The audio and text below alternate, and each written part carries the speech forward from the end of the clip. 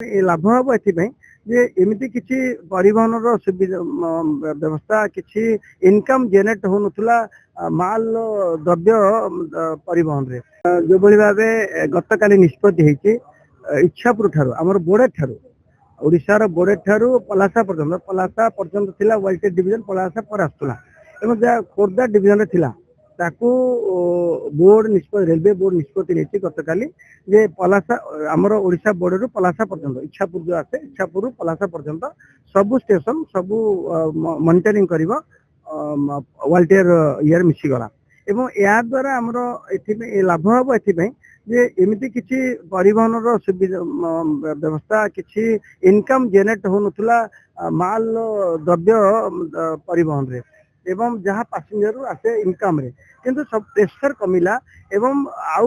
operation system रे आमे आउ टिके एक्टिव हवा जो खोर्धा डिवीजन थिबार रेलवे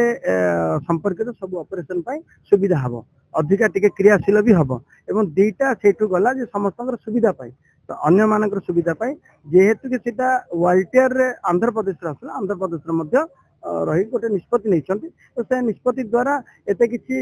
प्रभावित हेबो नहीं खोर्धा डिवीजन को आउरी बेटर हेबो जे ऑपरेशन सुविधा हमको भल भाव मिल मेजर बरहमपुर इनकम रहउती सर जे रेलवे कथा जदी कोवा अधिक अधिक बरहमपुर अधिक इनकम होती ये पूरा हमर पास्ट रिकॉर्ड भी अछि ओडिसा को हमें बरहमपुर अधिका दउची